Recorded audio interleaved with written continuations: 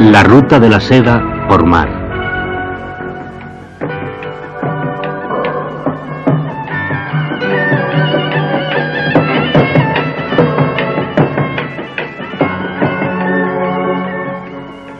El barco de Sinbad.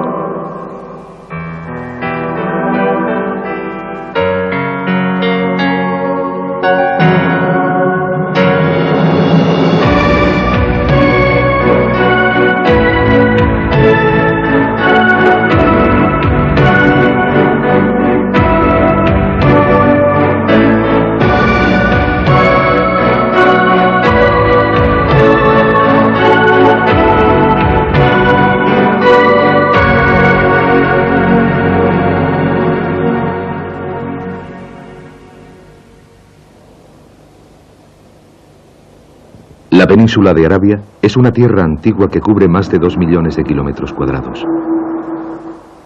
Es una región desértica escasamente poblada, que ha cambiado poco a lo largo de miles de años, hasta que se descubrieron grandes reservas de petróleo. La riqueza petrolífera potencial de la zona se empezó a sospechar en los años 30, pero desde la Segunda Guerra Mundial, los extensos campos petrolíferos han producido millones de barriles de crudo cada día. La enorme riqueza petrolífera de la zona la ha convertido en uno de los lugares más importantes estratégicamente de la Tierra, y la guerra entre Irán e Irak aumentó de modo alarmante las tensiones en el Golfo. Dubái es la capital de un pequeño principado de los Emiratos Árabes Unidos. Los ingresos procedentes del refinado y el transporte por barco del petróleo hacen que tenga una de las más elevadas rentas per cápita del mundo. Es una ciudad liberal, donde coexisten las culturas islámica y occidental. El dhow árabe es una de las visiones más tradicionales del Golfo. Estos barcos de madera, con un único mástil, se han empleado desde hace más de 1000 años como navíos de carga, y su papel en el desarrollo del comercio y de la civilización ha sido enorme. En los tiempos de la antigüedad, los marinos egipcios y fenicios navegaban entre el cercano Oriente y la India para comerciar con oro, incienso y marfil. A su vez fueron seguidos por los griegos y por los romanos, que buscaban riquezas para financiar sus imperios en expansión. En el siglo VI ya se había establecido un enlace comercial por tierra entre China y Roma, al que se conoció como la Ruta de la Seda. Pero el comercio marítimo entre el lejano Oriente y Europa no se desarrolló hasta que la astronomía y las matemáticas árabes hicieron posibles los complejos problemas de navegación derivados de los largos viajes. Avanzaron en la construcción de sus barcos, y este avance dio como resultado el invento del dhow, que fue el primer barco capaz de realizar la travesía entre el Golfo y China. Los dhows todavía se dedican mucho al comercio marítimo, especialmente entre la India y los estados del Golfo. Este barco ha llegado desde la costa oeste de la India vía Pakistán, y su tripulación está descargando un cargamento muy variado procedente de lugares del mundo entero. Realizaron la travesía entre Irán y Dubái en la cima del conflicto del Golfo para transportar cosas tan variadas como carretillas de Pakistán, algodón de la India y material técnico de la China.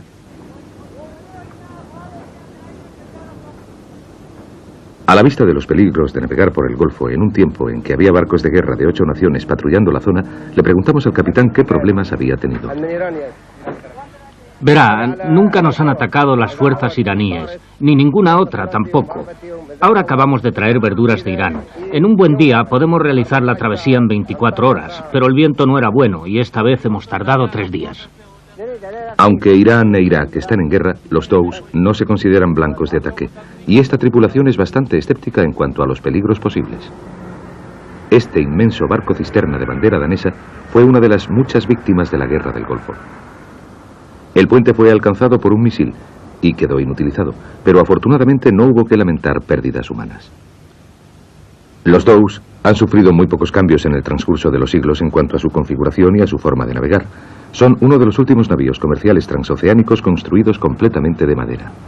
Aunque fueron originariamente creados por los árabes hace más de 1000 años, su producción se ha trasladado a la India y a Pakistán, donde la teca y las sogas de fibra de coco, esenciales para su construcción, resultan muy fáciles de conseguir. En la costa occidental de la India, los artesanos siguen fabricando dhows empleando antiguas artes. Este dhow se llama Al-Masion, que significa bendecido por Dios, y ha regresado a Dubái después de un viaje a Somalia, en África Oriental. En una época, los dhows se empleaban para transportar cargamentos valiosísimos como porcelana china y oro. En el siglo XX es más fácil que la bodega lleve vehículos de motor o ganado.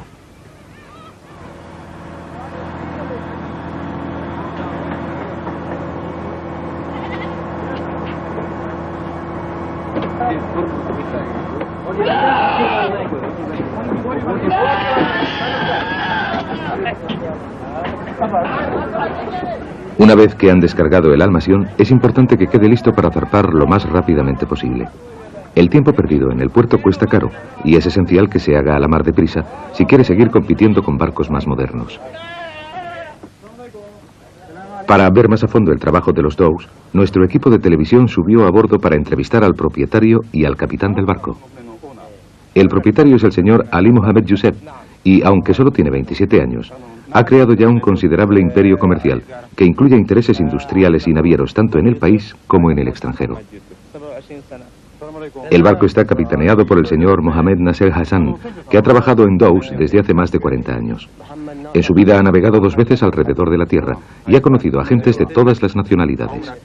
Bromeaba acerca de su edad y decía que una vez había conocido al legendario Sinbad antes de admitir que tenía más de 50 años y que había disfrutado hasta el último minuto que había pasado en el mar. La tripulación, tímida ante la cámara, se compone de 9 hombres, provenientes de sitios tan lejanos como la India e Irán. Algunos de ellos han trabajado juntos desde que eran adolescentes y han pasado la mayor parte de sus vidas en el mar. Los Emiratos Árabes Unidos están compuestos por 9 países encabezados por Abu Dhabi y Dubái, que son, con mucho, los más ricos. Abu Dhabi tiene inmensas reservas de petróleo, mientras que la riqueza de Dubái se basa en la navegación, la refinación del petróleo y el comercio. Sus excelentes instalaciones portuarias han convertido a la ciudad en el centro de una gran zona comercial, y esto, combinado con su actitud liberal, la han hecho la base de muchos países extranjeros implicados en la industria del petróleo. Dubái tiene también un índice muy bajo de impuestos a la importación, lo que significa que la mayoría de los artículos de consumo son aquí más baratos que en ningún otro lugar del mundo. Marcas de lujo como Cartier, Rolex y Gucci se pueden encontrar en la ciudad aproximadamente a la mitad de su precio que en las capitales occidentales. Los productos electrónicos de Japón y del Lejano Oriente son también relativamente baratos y los viajeros de vuelos largos a menudo se detienen en Dubái para hacerse con alguna ganga. La ciudad es también famosa por un oro de alta calidad, rebajado, que atrae a comerciantes y compradores del mundo entero. Más del 70% de la producción del Oriente Medio y el 14% de la mundial se encuentran en Dubái.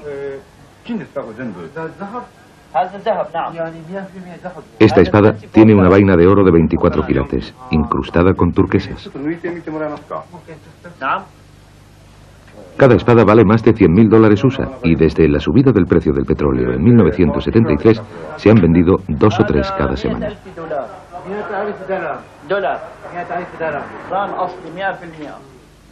En la industria del petróleo hay empleada una gran población de emigrantes y Dubái tiene que suministrar muchos sabores distintos.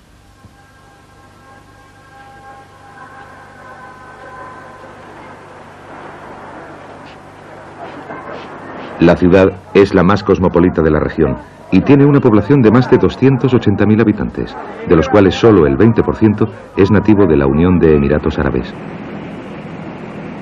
En las horas punta, los canales que atraviesan la ciudad están llenos de gente que va y viene del trabajo a bordo de unos pequeños ferries con motor llamados Abras. Son un medio ideal de transporte en un país en el que la temperatura puede alcanzar más de 40 grados centígrados.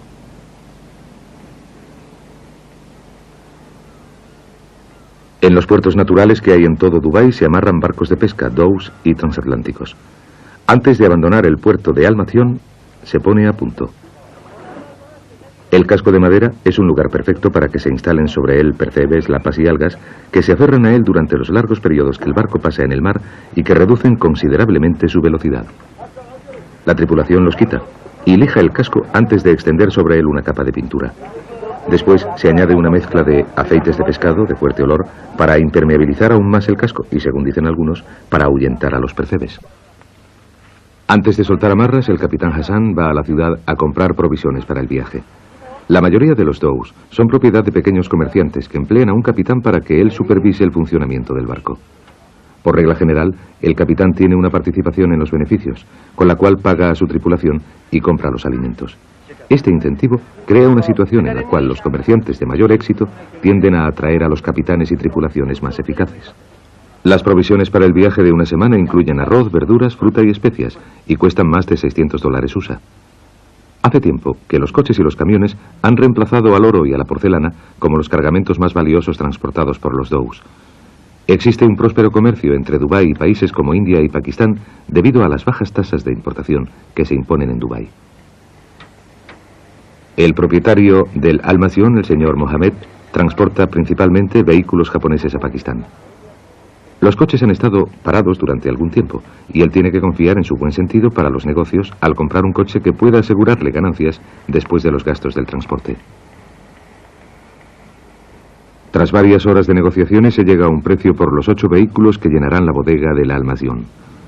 El sistema mediante el cual el señor Mohammed gana su dinero es conocido como el negocio de los transportes. Inicialmente los coches se importan y se registran en Dubái, con una tasa de impuestos muy baja.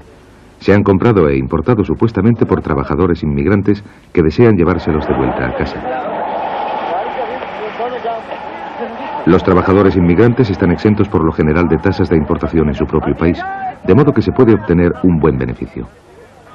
El comerciante organiza todos los papeleos y paga al obrero una cantidad por el uso de su nombre y de su pasaporte, lo cual crea de hecho una exportación libre de tasas.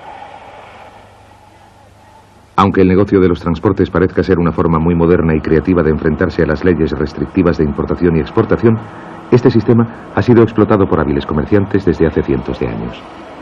Un coche comprado por $3.000 USA en Dubái puede llegar a unos 5.000 en Karachi o en Islamabad, y el señor Mohammed puede alcanzar hasta un 30% de beneficios netos.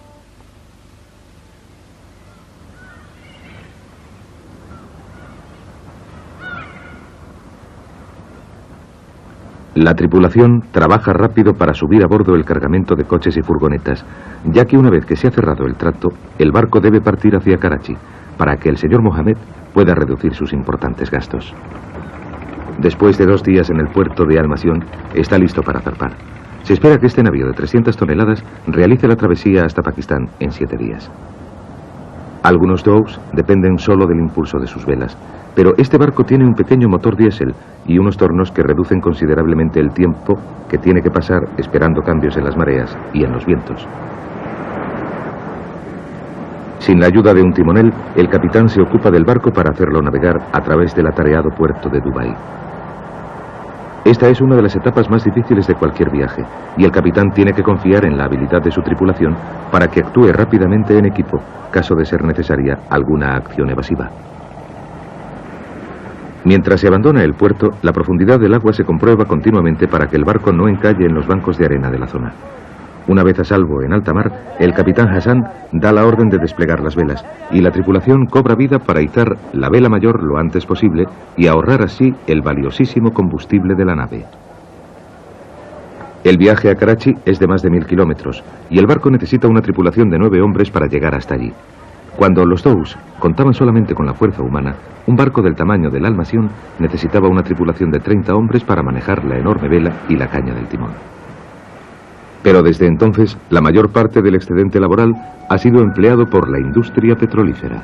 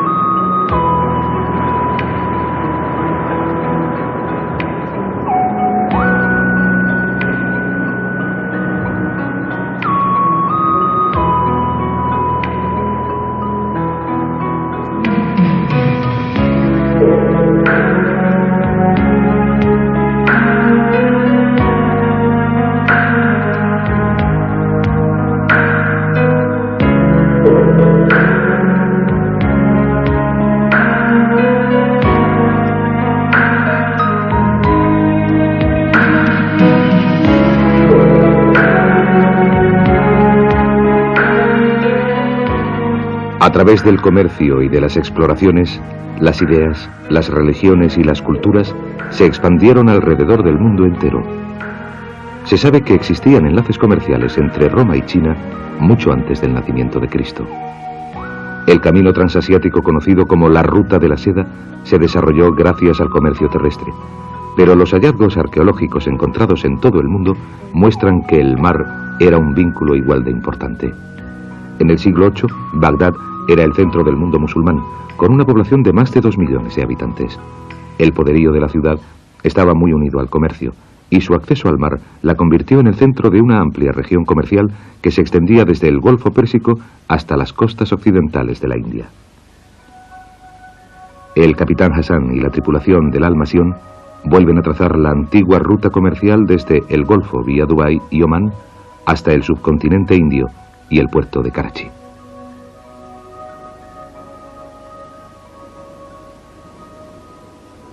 Para que su barco salga del Golfo Pérsico, el capitán Hassan tiene que llevar al Al-Masión a través del estrecho de Hormuz, en un momento en el que el conflicto entre Irán e Irak se encuentra en su punto álgido.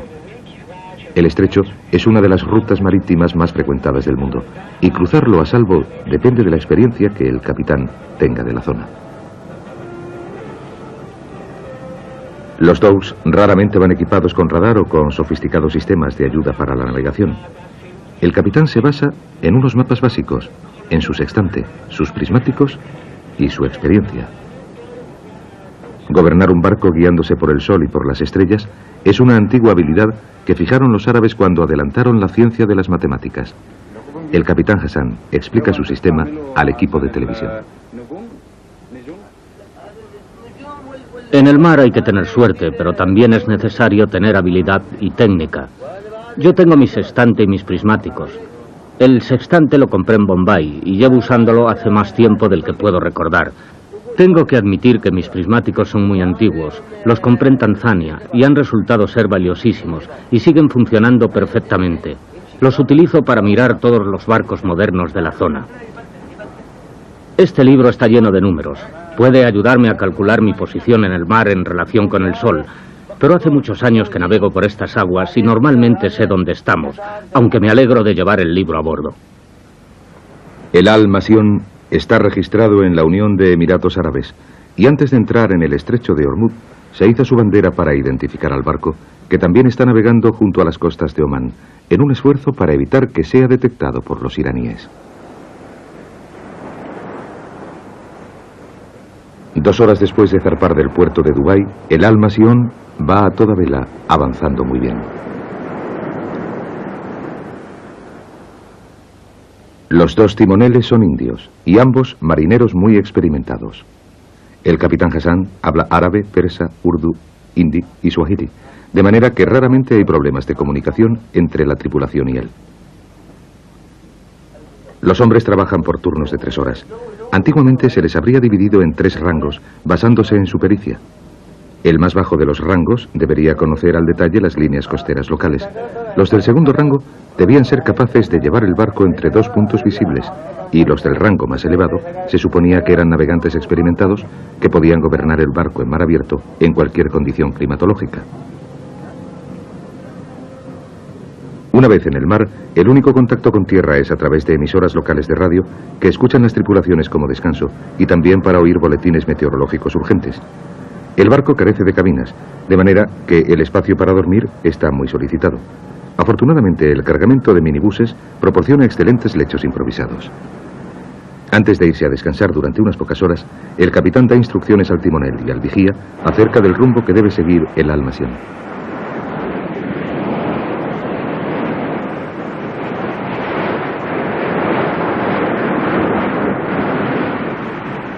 A las 5:30 de la mañana siguiente, el barco entra en el estrecho de Hormuz, cerca de la costa de Omán. Hace más de 150 años, las aguas estaban bajo el control de los ingleses, que habían ratificado en 1820 el Acta de Acuerdo para la Libertad de los Viajes, que garantizaba el paso seguro de los navíos por la zona. Desde entonces, ya hace tiempo que los dhows han sido sustituidos por superpetroleros en su papel de transportadores marítimos más importantes de la zona. Cada día atraviesan el estrecho 80 de los grandes petroleros, haciendo de esta una importantísima y atareadísima ruta marítima. El estrecho solo tiene 40 kilómetros de anchura y está dividido entre aguas de Omán, de Irán e internacionales. En plena guerra del Golfo, la mayoría de los navíos optaban por la seguridad y se alejaban todo lo posible de la costa iraní. Dadas las circunstancias, el barco de 300 toneladas tenía que ser maniobrable, de modo que el Al-Masión arrió su vela y cambió al impulso del motor diésel para superar el difícil paso. Algunos superpetroleros tienen casi 1 kilómetro de longitud y tardan media hora para pararse o para girar, así que el capitán Hassan tiene que mantenerse a una distancia segura. Durante la cima del conflicto del Golfo, muchas naciones hicieron sentir su presencia en la región, enviando allí sofisticados buques de guerra.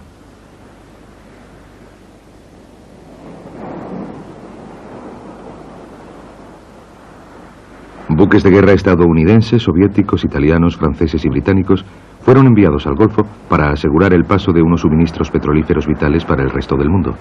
Pero su presencia hizo que la mayor parte de los capitanes de navíos pequeños se sintiesen muy tensos. El capitán y la tripulación del Almasión hacen todos los esfuerzos para llamar la atención lo menos posible y para permanecer dentro de las aguas de Omán. La mayoría de los buques de guerra de la zona eran dragaminas, con la misión de encontrar explosivos destinados a agujerear los superpetroleros que transportaban petróleo para intereses pro-iraquíes. Un error, en medio de este nivel de tensión, podía costarle muy caro al Almasión, y el capitán Hassan se encarga de navegar el barco desde proa. El timonel tiene que responder rápidamente a las órdenes del capitán y alejar al barco de la peligrosa flotilla de dragaminas que tiene órdenes de mantener su rumbo bajo cualquier condición. Históricamente, la tensión política no es nada nuevo en esta región. El estrecho de Ormuz ha sido siempre una ruta naviera de gran importancia estratégica. Hace más de 1000 años, los comerciantes marítimos se enfrentaban a piratas que trataban de saquear sus barcos. Para tranquilidad del capitán y de la tripulación, la flotilla y el Almasión se cruzan sin incidentes y el barco continúa su viaje hacia el sur. La guerra del Golfo estalló en septiembre de 1980, cuando Irak invadió Irán poco después de que el Shah hubiese sido depuesto y de que se crease el Consejo Revolucionario Islámico para gobernar Irán. Durante los 8 años en que bramó la guerra se perdieron más de 1 millón de vidas, y aunque Irán aceptó un tratado de paz apoyado por las Naciones Unidas el 18 de julio de 1988, la guerra del Golfo sigue teniendo terribles consecuencias.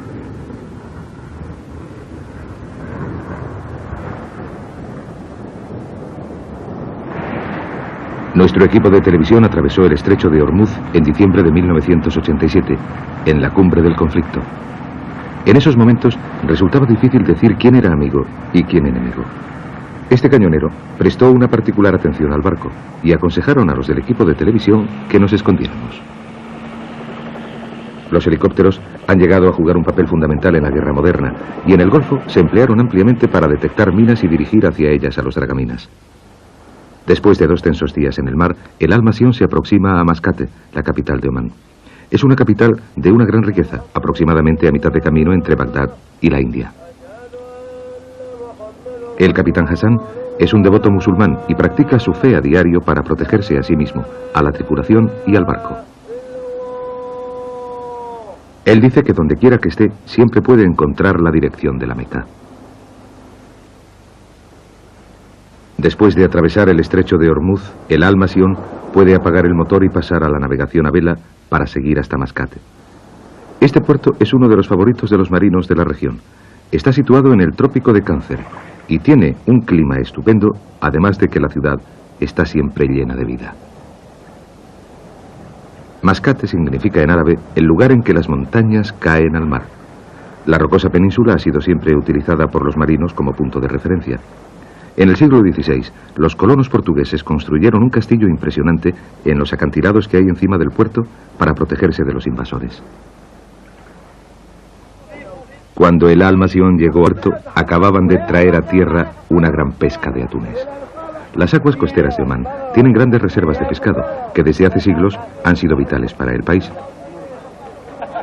Una gran parte de las tierras interiores de Omán son un desierto árido, y sus gentes siempre han mirado hacia el mar como hacia una fuente alternativa de alimentos. La relación que tiene el país con el mar ha originado una población cosmopolita. Árabes, africanos e indios componen una nación de 1,5 millones de habitantes, gobernados por el sultán Qaboos ibn Said. Omán tiene una gran riqueza de asociaciones históricas unidas al mundo de la marinería.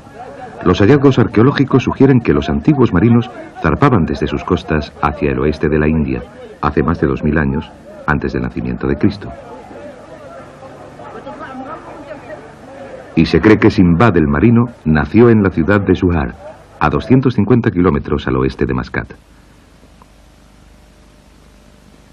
El actual sultán es descendiente de la dinastía Al-Busaid, que se estableció aquí en el siglo XVIII tras una sucesión de conquistas marítimas. La ciudad de hoy en día está muy relacionada con el comercio, y los mercados callejeros están llenos de mercaderes de diferentes países que pelean entre sí por ganarse la atención de la muchedumbre. Una de las mejores exhibiciones la ofrece el vendedor de espadas, que hace una demostración de sus bienes con una gran dosis de humor.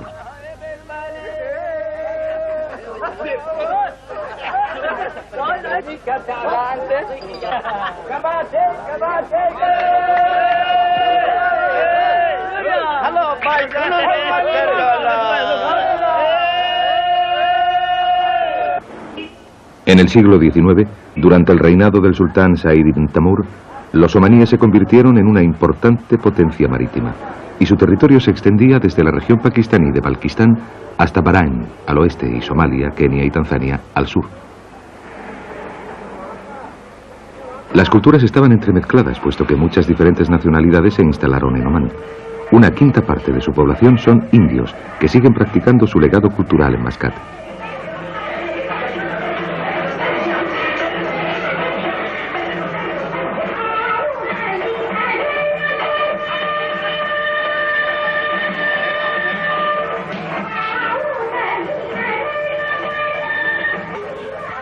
El 14 de noviembre se celebra el nacimiento de Nehru, que fue el primero de los primeros ministros que tuvo la India, y los niños de una gran escuela india de la ciudad se han reunido para celebrar el día. El emblema de la escuela es un dhow, y es muy probable que la mayoría de los antepasados de estos niños hubiesen zarpado de las costas occidentales de la India a bordo de uno de estos navíos.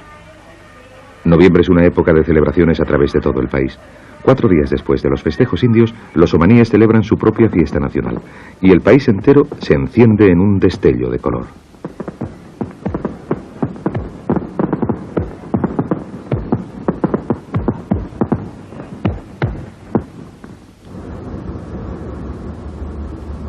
La fiesta nacional es un día festivo para la totalidad de la población, y miles de visitantes afluyen a Mascat para disfrutar de las luces y de la excitación que acompañan a esta época.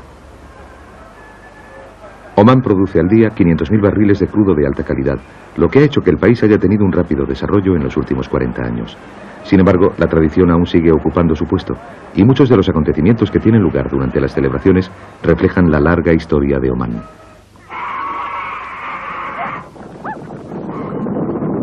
La carrera nacional de camellos atrae a participantes de todo el país, y aunque las apuestas no están permitidas, está en juego un premio de $5.000.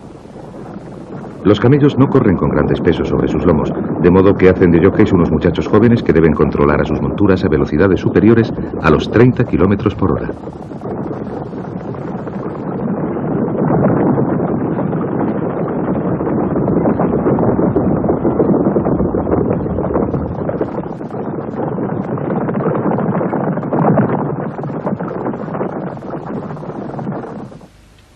El olíbano es una goma resinosa que se extrae del árbol del incienso y que cuando se seca adopta una forma cristalina que se quema como incienso.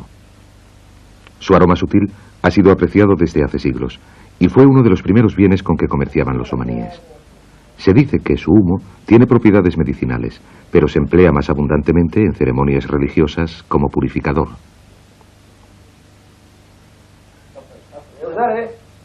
El día de la fiesta nacional la gente se pone sus vestidos más valiosos y se purifica de la cabeza a los pies con olíbano.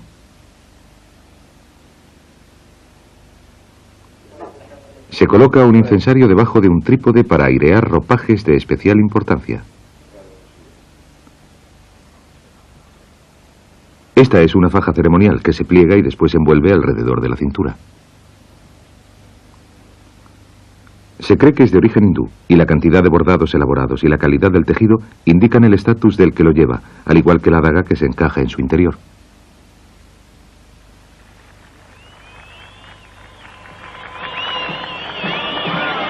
A mediados del siglo XIX, el poder de Omán en esta región, entre África Oriental y la costa occidental de la India, no tenía rival.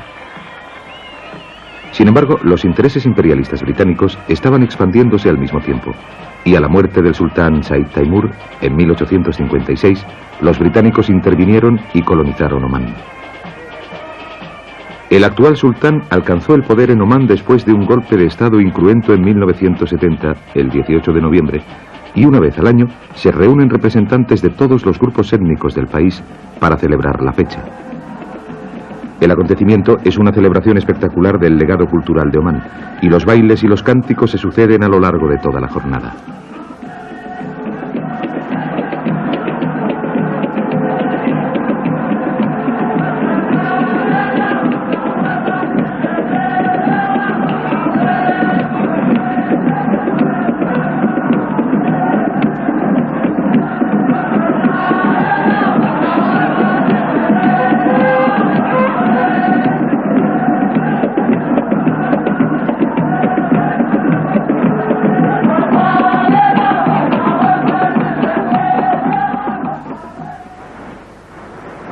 El Al-Masión se hace a la mar hacia Karachi, a través de una de las rutas marítimas más antiguas del mundo. Se sabe que un navegante griego partió desde Mascat hasta las costas de Pakistán en el siglo I a.C. y que después levantó mapas muy amplios de las orillas occidentales de la India. El viento estacional que tuvo que dominar para cruzar el mar de Arabia fue llamado viento de Ípalos en su honor.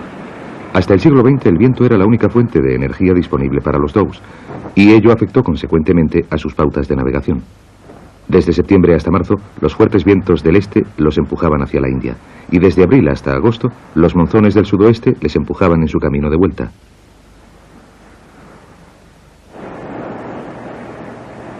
En un largo viaje, contar con un pescado fresco para la cena supone un sustituto de la comida en conserva que se agradece mucho, y a menudo la tripulación consigue el éxito.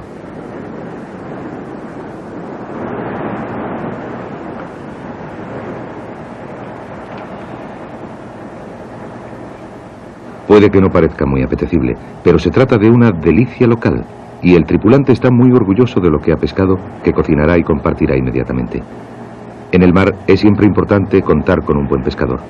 En el caso de que un barco se quede encalmado, los alimentos del mar tienen que mantener a la tripulación. En el Al-Masión la jornada comienza con una sesión de limpieza general en la que todo el mundo participa. El riesgo de infecciones por vivir en un lugar tan pequeño se reduce limpiando las zonas comunes con agua salada. El cepillo de dientes es un invento relativamente moderno, y el capitán prefiere limpiarse los dientes con un tallo de regaliz, que él considera más higiénico. El regaliz es un buen tónico general que mantiene sus dientes, su estómago, sus ojos y su mente en buen estado.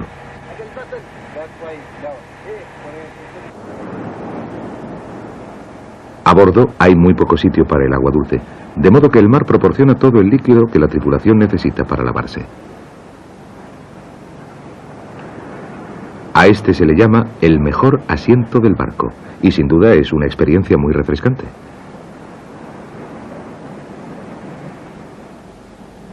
El cocinero es una de las más importantes personas de a bordo, puesto que se espera que mantenga a todos con buena salud. La costa india de Malabar, o costa de las especias, ha dominado a lo largo de los siglos la cocina de la región. Coriandro, fresco, cardamomo, cilantro y pimienta se pueden conseguir inmediatamente y se emplean para preparar curris que hacen la boca agua. Mohamed es un indio que ha trabajado como cocinero en dhows desde hace más de 20 años. El menú de esta noche es cordero al curry, que es de hecho su primer plato habitual, en un repertorio que solo incluye arroz, pan y curry, pero la tripulación no se cansa nunca de la comida y jamás ha habido una queja. La cena se toma en comunidad y se añade limón fresco para darle gusto y para proporcionar vitamina C. La comida basada en el arroz llena el estómago y representa también un momento en el que la tripulación puede reunirse tras un duro día de trabajo.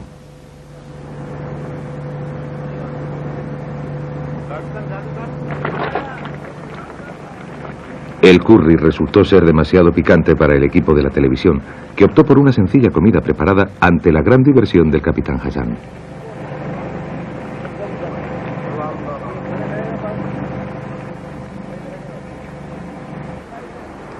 Cuando el tiempo es bueno, la tripulación aprovecha la ocasión para llevar a cabo las reparaciones necesarias y para charlar acerca de sus planes y de los seres queridos que se han quedado en casa. No llevo una mala vida. Tengo 3 esposas. 2 están en la India y una vive en Irán. Cuando el mar se pone difícil para navegar en febrero y marzo, paso un mes con cada una de mis esposas indias, y a mi esposa iraní la veo en julio. Les he dado casas y he cuidado de todas ellas, y las amo profundamente, y no tengo ningún tipo de problemas. Según la ley islámica tenemos derecho a 4 esposas, así que cuando vaya ahora a Kenia pienso casarme con una chica muy guapa de 20 años.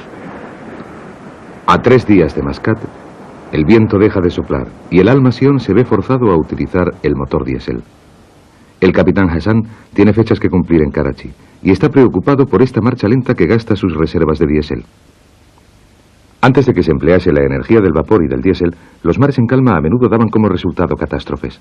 Sin viento, los barcos se encontraban a merced de las corrientes y podían verse arrastrados hacia acantilados o quedar flotando a la deriva hasta que se acababan sus suministros de agua potable y la tripulación moría de sed. La mitología griega habla de Alcione, que era hija de Olo y esposa de Ceyx. En un sueño la avisaron de la muerte de su marido en el mar y al despertarse vio cómo las olas le traían a la orilla. Al ver esto, se lanzó a las olas y se ahogó. Su desconsolado padre convirtió a la pareja en aves marinas y les otorgó vida eterna. Se cree que prohibió soplar a los vientos alrededor del solsticio de invierno para que pudiesen nacer sus pequeños. Y desde entonces, a los días de calma en alta mar, se les llama los días de Alcione.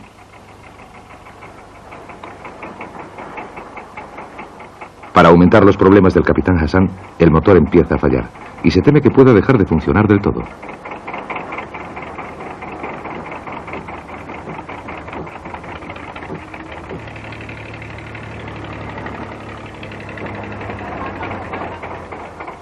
Harun Adams, el principal ingeniero indio, se alistó en el Al-Sion después de servir como aprendiz en la Marina India. El motor de 12 válvulas había sido instalado en Dubái y a él le sorprendía que hubiesen surgido problemas tan pronto.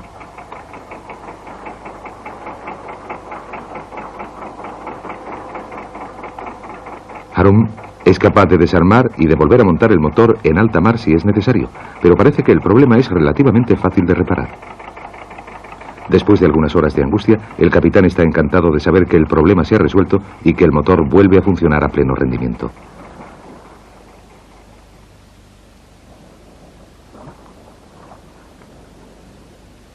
Los marineros siempre han considerado a los delfines como buenos presagios. Hay muchas leyendas acerca de ellos y nos cuentan cómo aparecen de ninguna parte para alejar a los marinos perdidos de los posibles peligros.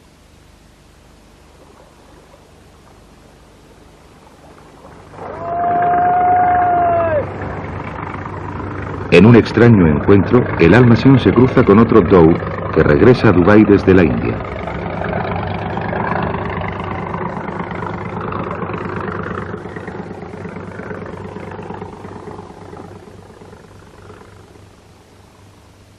Este es un pasajero que subió a bordo en Omán y que fue registrado como mascota del barco. Cuando el tiempo está en calma, hay muy poco que hacer. Así que uno de los tripulantes prepara una pipa para tratar de sobrellevar la monotonía. En el Medio Oriente fumar es casi lo mismo que beber en Occidente. Es un acto comunal y un momento en el que la gente se reúne para relajarse y disfrutar. La pipa empleada se llama hookah, que representa un diseño árabe. La base de la pipa se rellena con agua helada, que refresca el humo antes de que sea inhalado a través de un largo tubo.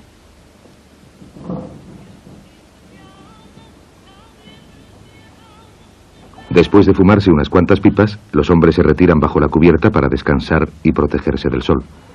Están deseosos de salir de las aguas en calma y llegar a Karachi, con tiempo suficiente para disfrutar de algún permiso en tierra.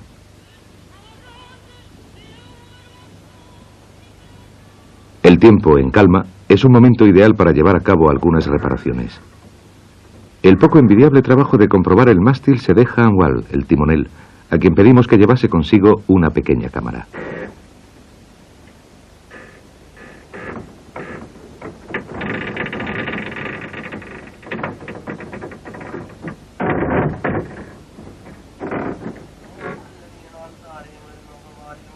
El capitán es el más devoto de los musulmanes de a bordo y lee del Corán 5 veces al día.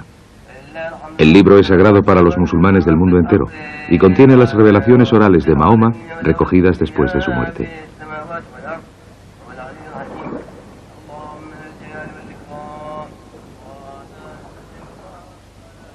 El barco está a 24 horas de Karachi y aunque la falta de viento está frenando el avance del Al-Masión, el tiempo en calma hace que la tarea de navegar sea bastante sencilla.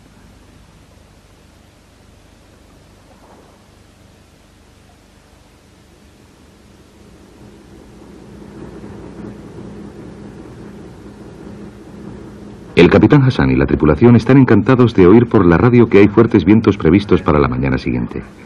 Después de 36 horas de relativa inactividad, toda la gente de a bordo está deseando que se pueda volver a navegar a vela y a un paso más rápido. La tripulación comprueba que el cargamento está seguro y que la vela está lista para entrar en acción al día siguiente.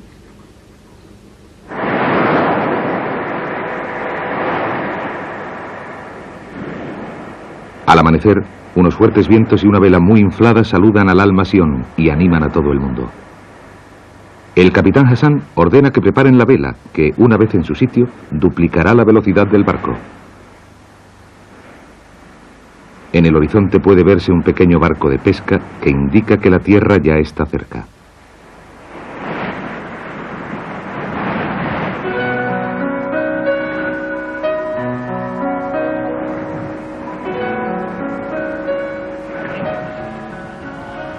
Se redoblan los esfuerzos y la vela es izada para impulsar al barco hacia el puerto de Karachi.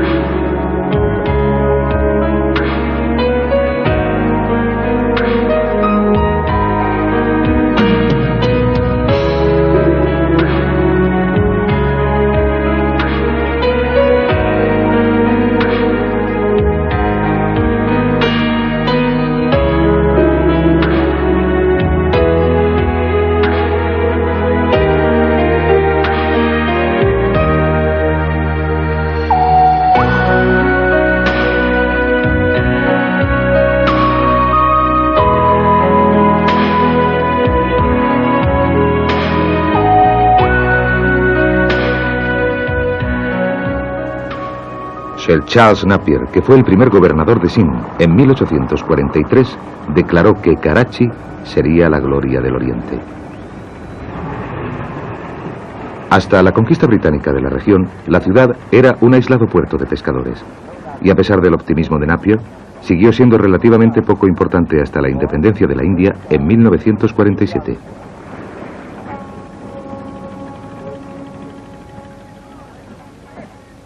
Una de las industrias principales del puerto es la construcción de dhows.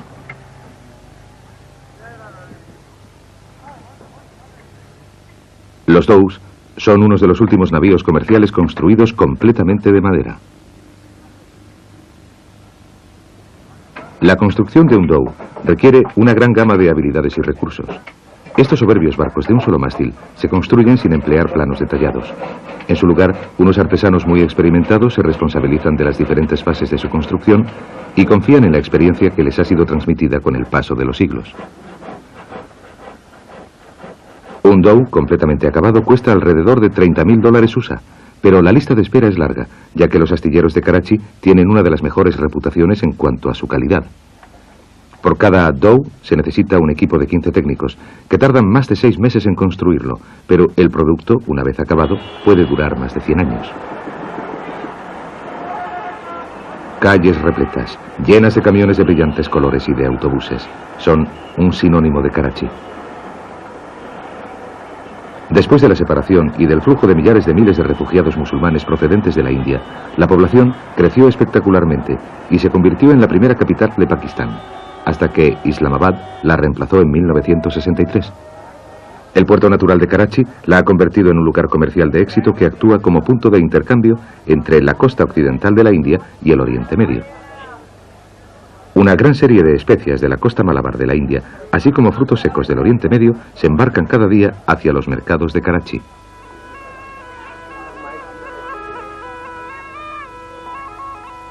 En contra de las creencias populares, es una mangosta y no la música lo que mantiene a raya a las mortíferas cobras.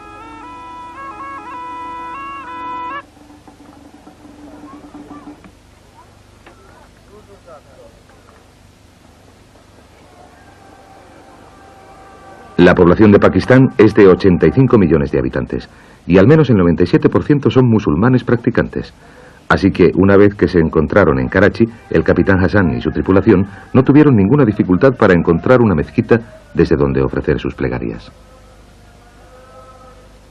Los musulmanes siguen las enseñanzas del profeta Mahoma, que nació en la Meca, en la península arábiga, el año 570. Las enseñanzas del Islam llegaron a Pakistán unos 150 años más tarde, cuando Mohammed ibn Qasim conquistó la región en el año 712.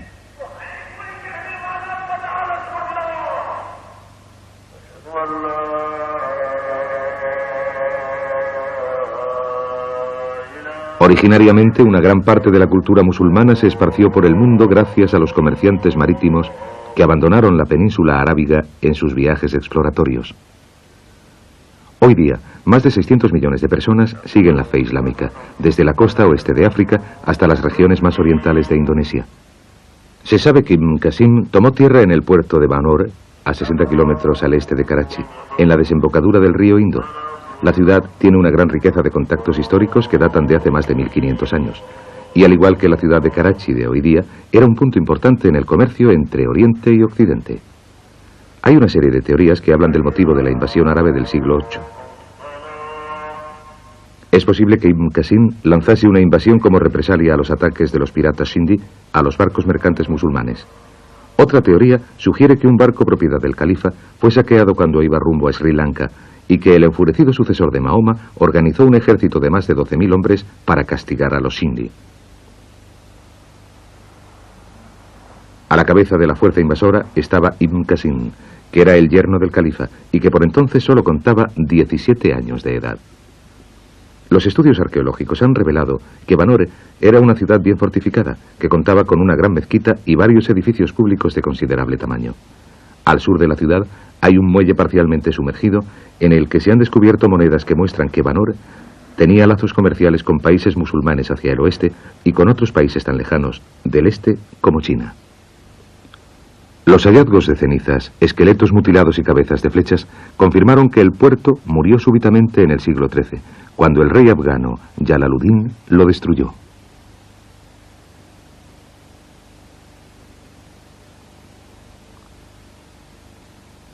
El puerto de Karachi se convirtió en el sucesor natural de Banor después de su destrucción. Es un puerto comercial y está dominado por dhows que recorren las más antiguas rutas comerciales del mundo.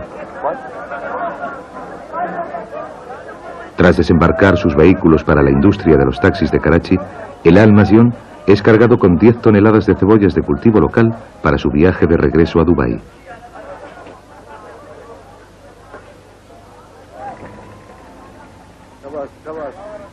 La tripulación carga sus propias provisiones y después de pasar 2 días en Karachi, se hacen a la mar hacia su puerto de Dubái.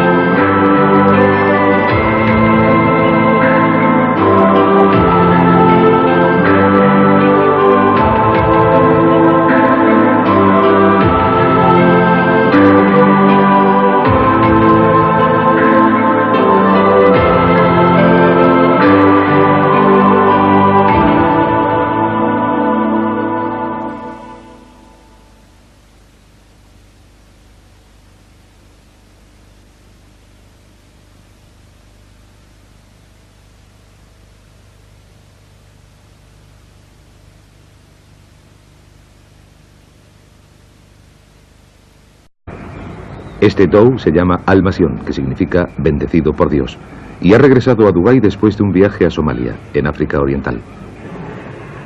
En una época, los Dows se empleaban para transportar cargamentos valiosísimos como porcelana china y oro. En el siglo XX es más fácil que la bodega lleve vehículos de motor o ganado.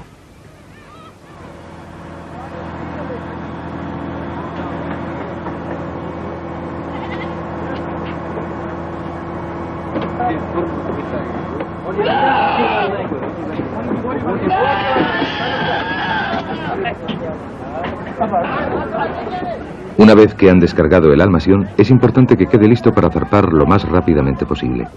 El tiempo perdido en el puerto cuesta caro y es esencial que se haga a la mar deprisa si quiere seguir compitiendo con barcos más modernos. Para ver más a fondo el trabajo de los Dows, nuestro equipo de televisión subió a bordo para entrevistar al propietario y al capitán del barco. El propietario es el señor Ali Mohamed Youssef y, aunque solo tiene 27 años, ha creado ya un considerable imperio comercial que incluye intereses industriales y navieros tanto en el país como en el extranjero. El barco está capitaneado por el señor Mohamed Nasser Hassan, que ha trabajado en Dows desde hace más de 40 años. En su vida ha navegado 2 veces alrededor de la tierra y ha conocido a gentes de todas las nacionalidades. Bromeaba acerca de su edad y decía que una vez había conocido al legendario Sinbad antes de admitir que tenía más de 50 años y que había disfrutado hasta el último minuto que había pasado en el mar. La tripulación, tímida ante la cámara, se compone de 9 hombres, provenientes de sitios tan lejanos como la India e Irán. Algunos de ellos han trabajado juntos desde que eran adolescentes y han pasado la mayor parte de sus vidas en el mar. Los Emiratos Árabes Unidos están compuestos por 9 países encabezados por Abu Dhabi y Dubái, que son, con mucho, los más ricos. Abu Dhabi tiene inmensas reservas de petróleo, mientras que la riqueza de Dubái se basa en la navegación, la refinación del petróleo y el comercio. Sus excelentes instalaciones portuarias han convertido a la ciudad en el centro de una gran zona comercial, y esto, combinado con su actitud liberal, la han hecho la base de muchos países extranjeros implicados en la industria del petróleo. Dubái tiene también un índice muy bajo de impuestos a la importación, lo que significa que la mayoría de los artículos de consumo son aquí más baratos que en ningún otro lugar del mundo. Marcas de lujo como Cartier, Rolex y Gucci se pueden encontrar en la ciudad aproximadamente a la mitad de su precio que en las capitales occidentales. Los productos electrónicos de Japón y del Lejano Oriente son también relativamente baratos y los viajeros de vuelos largos a menudo se detienen en Dubái para hacerse con alguna ganga. La ciudad es también famosa por un oro de alta calidad, rebajado, que atrae a comerciantes y compradores del mundo entero. Más del 70% de la producción del Oriente Medio y el 14% de la mundial se encuentran en Dubái. Esta espada tiene una vaina de oro de 24 quilates, incrustada con turquesas. Cada espada vale más de $100.000 USA y desde la subida del precio del petróleo en 1973 se han vendido 2 o 3 cada semana.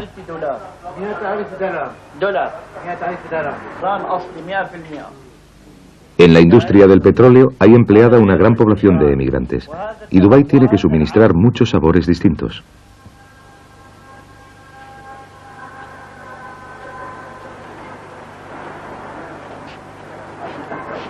La ciudad es la más cosmopolita de la región y tiene una población de más de 280.000 habitantes, de los cuales solo el 20% es nativo de la Unión de Emiratos Árabes. En las horas punta, los canales que atraviesan la ciudad están llenos de gente que va y viene del trabajo a bordo de unos pequeños ferries con motor llamados Abras. Son un medio ideal de transporte en un país en el que la temperatura puede alcanzar más de 40 grados centígrados.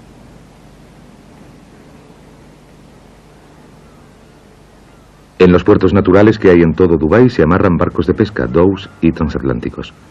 Antes de abandonar el puerto de Al-Masion, se pone a punto. El casco de madera es un lugar perfecto para que se instalen sobre él percebes, lapas y algas que se aferran a él durante los largos periodos que el barco pasa en el mar y que reducen considerablemente su velocidad. La tripulación los quita y lija el casco antes de extender sobre él una capa de pintura. Después se añade una mezcla de aceites de pescado de fuerte olor para impermeabilizar aún más el casco y, según dicen algunos, para ahuyentar a los percebes.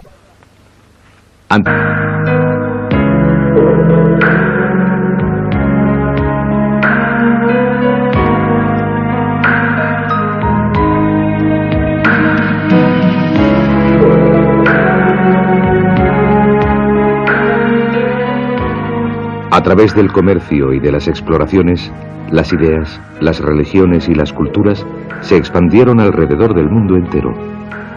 Se sabe que existían enlaces comerciales entre Roma y China mucho antes del nacimiento de Cristo. El camino transasiático conocido como la Ruta de la Seda se desarrolló gracias al comercio terrestre, pero los hallazgos arqueológicos encontrados en todo el mundo muestran que el mar era un vínculo igual de importante. En el siglo VIII, Bagdad era el centro del mundo musulmán, con una población de más de 2 millones de habitantes. El poderío de la ciudad estaba muy unido al comercio, y su acceso al mar la convirtió en el centro de una amplia región comercial que se extendía desde el Golfo Pérsico hasta las costas occidentales de la India. El capitán Hassan y la tripulación del Almasión vuelven a trazar la antigua ruta comercial desde el Golfo vía Dubái y Omán hasta el subcontinente indio y el puerto de Karachi.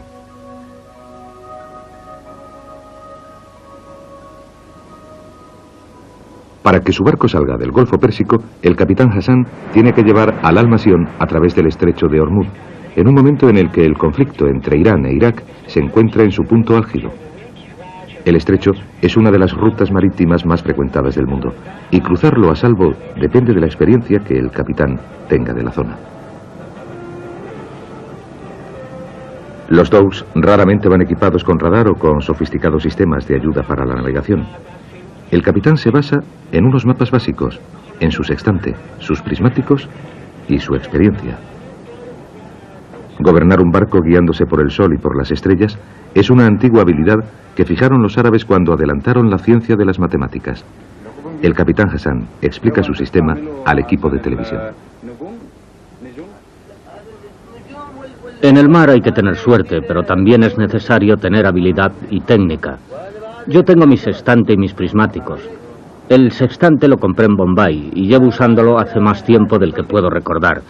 Tengo que admitir que mis prismáticos son muy antiguos. Los compré en Tanzania y han resultado ser valiosísimos y siguen funcionando perfectamente. Los utilizo para mirar todos los barcos modernos de la zona. Este libro está lleno de números.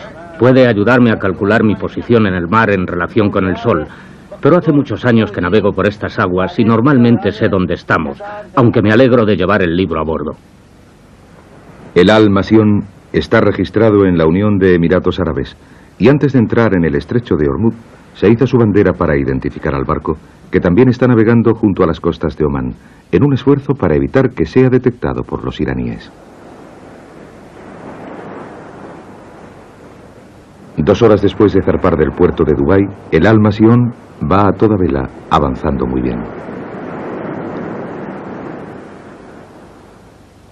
Los 2 timoneles son indios, y ambos marineros muy experimentados. El capitán Hassan habla árabe, persa, urdu, hindi y suajili, de manera que raramente hay problemas de comunicación entre la tripulación y él.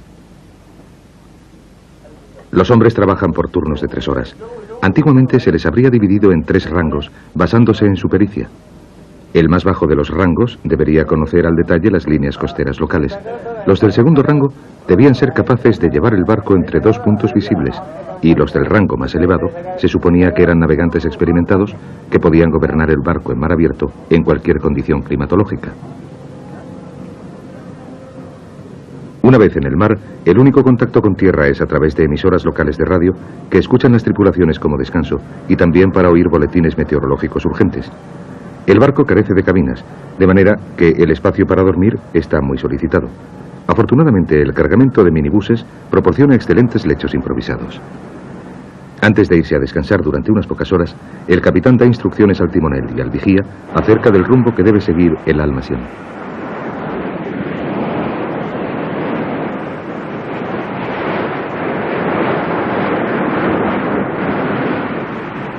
A las 5:30 de la mañana siguiente, el barco entra en el estrecho de Hormuz, cerca de la costa de Omán. Hace más de 150 años, las aguas estaban bajo el control de los ingleses, que habían ratificado en 1820 el Acta de Acuerdo para la Libertad de los Viajes, que garantizaba el paso seguro de los navíos por la zona.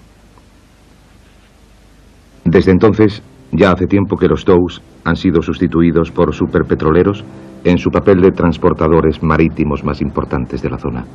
Cada día atraviesan el estrecho 80 de los grandes petroleros, haciendo de esta una importantísima y atareadísima ruta marítima. El estrecho solo tiene 40 kilómetros de anchura y está dividido entre aguas de Omán, de Irán e internacionales. En plena guerra del Golfo, la mayoría de los navíos optaban por la seguridad y se alejaban todo lo posible de la costa iraní. Dadas las circunstancias, el barco de 300 toneladas tenía que ser maniobrable, de modo que el Al-Masión arrió su vela y cambió al impulso del motor diésel para superar el difícil paso.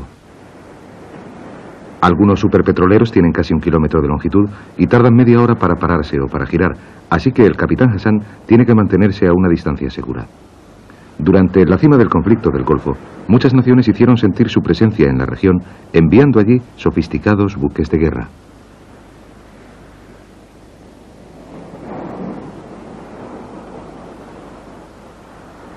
Buques de guerra estadounidenses, soviéticos, italianos, franceses y británicos fueron enviados al Golfo para asegurar el paso de unos suministros petrolíferos vitales para el resto del mundo. Pero su presencia hizo que la mayor parte de los capitanes de navíos pequeños se sintiesen muy tensos. El capitán y la tripulación del Al-Masión hacen todos los esfuerzos para llamar la atención lo menos posible y para permanecer dentro de las aguas de Omán. La mayoría de los buques de guerra de la zona eran dragaminas, con la misión de encontrar explosivos destinados a agujerear los superpetroleros que transportaban petróleo para intereses pro-iraquíes. Un error, en medio de este nivel de tensión, podía costarle muy caro al Al-Masión, y el capitán Hassan se encarga de navegar el barco desde proa. El timonel tiene que responder rápidamente a las órdenes del capitán y alejar al barco de la peligrosa flotilla de dragaminas que tiene órdenes de mantener su rumbo bajo cualquier condición.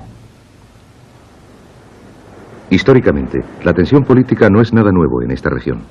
El estrecho de Ormuz ha sido siempre una ruta naviera de gran importancia estratégica. Hace más de 1000 años, los comerciantes marítimos se enfrentaban a piratas que trataban de saquear sus barcos. Para tranquilidad del capitán y de la tripulación, la flotilla y el Al-Masión se cruzan sin incidentes y el barco continúa su viaje hacia el sur.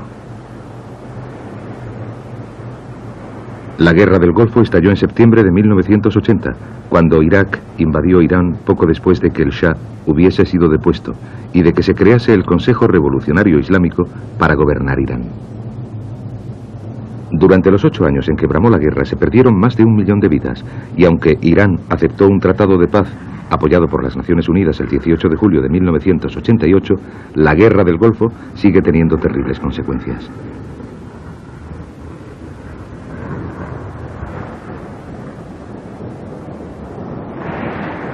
Nuestro equipo de televisión atravesó el estrecho de Ormuz en diciembre de 1987, en la cumbre del conflicto.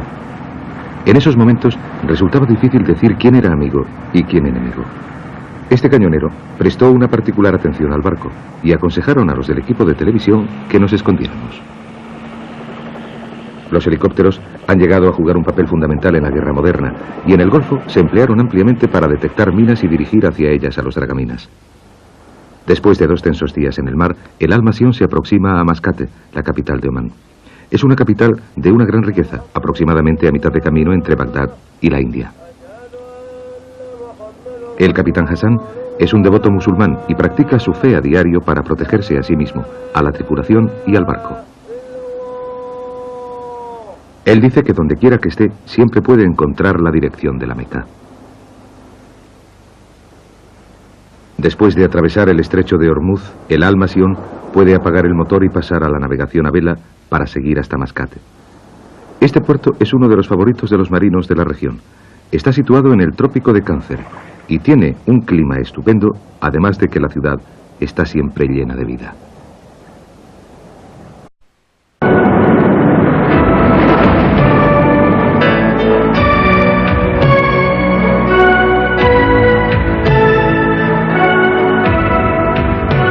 La ruta de la seda por mar.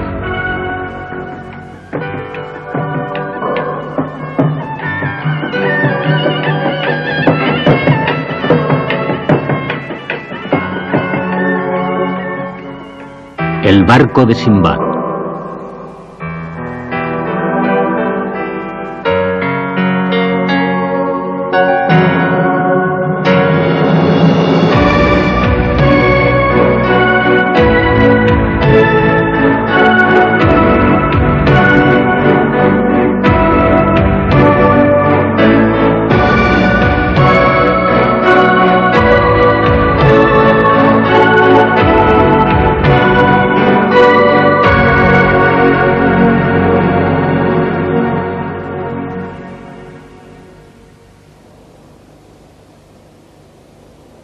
La península de Arabia es una tierra antigua que cubre más de 2 millones de kilómetros cuadrados.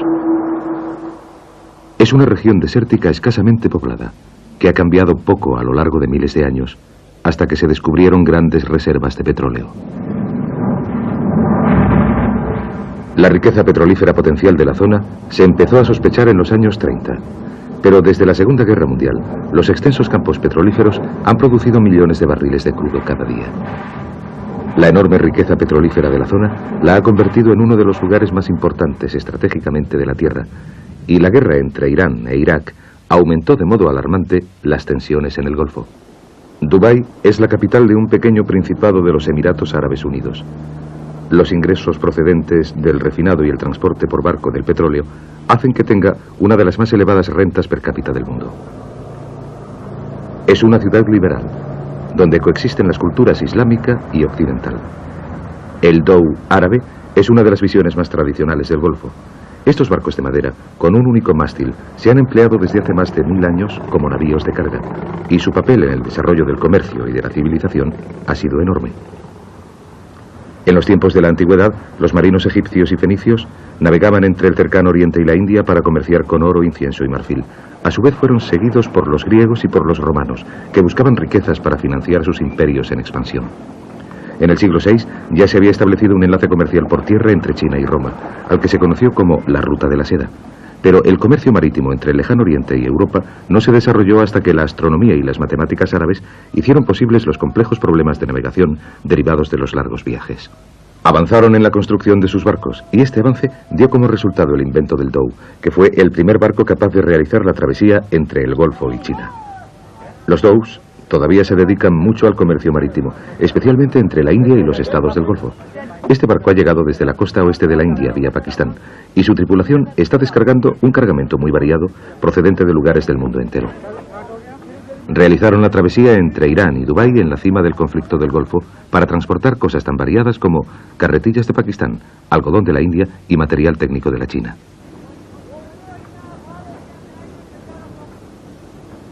A la vista de los peligros de navegar por el Golfo en un tiempo en que había barcos de guerra de 8 naciones patrullando la zona, le preguntamos al capitán qué problemas había tenido. Verá, nunca nos han atacado las fuerzas iraníes, ni ninguna otra tampoco. Ahora acabamos de traer verduras de Irán. En un buen día podemos realizar la travesía en 24 horas, pero el viento no era bueno y esta vez hemos tardado 3 días. Aunque Irán e Irak están en guerra, los dhows no se consideran blancos de ataque, y esta tripulación es bastante escéptica en cuanto a los peligros posibles. Este inmenso barco cisterna de bandera danesa fue una de las muchas víctimas de la guerra del Golfo. El puente fue alcanzado por un misil y quedó inutilizado, pero afortunadamente no hubo que lamentar pérdidas humanas. Los dhows han sufrido muy pocos cambios en el transcurso de los siglos en cuanto a su configuración y a su forma de navegar. Son uno de los últimos navíos comerciales transoceánicos construidos completamente de madera. Aunque fueron originariamente creados por los árabes hace más de 1000 años, su producción se ha trasladado a la India y a Pakistán, donde la teca y las sogas de fibra de coco, esenciales para su construcción, resultan muy fáciles de conseguir.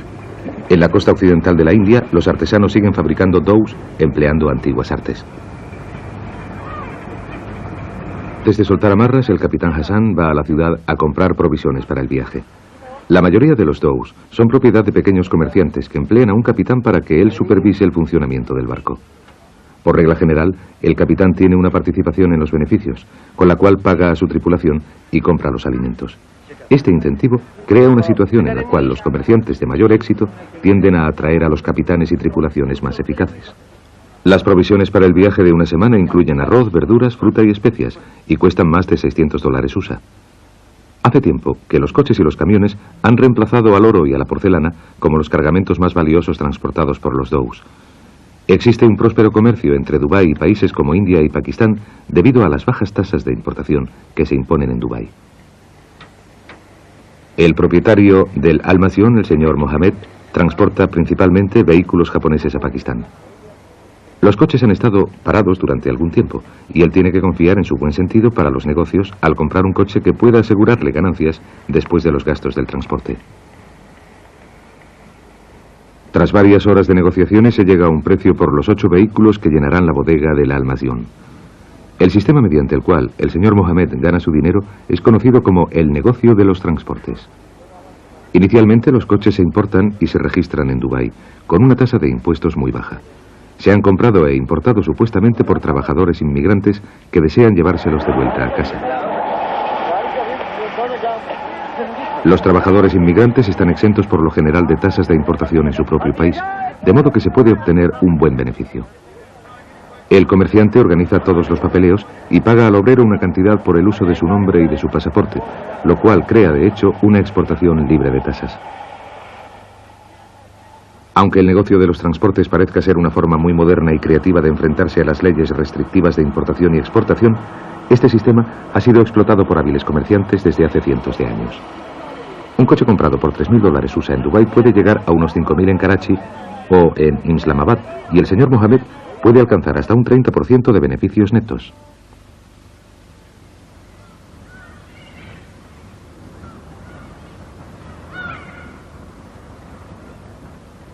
La tripulación trabaja rápido para subir a bordo el cargamento de coches y furgonetas, ya que una vez que se ha cerrado el trato, el barco debe partir hacia Karachi, para que el señor Mohamed pueda reducir sus importantes gastos.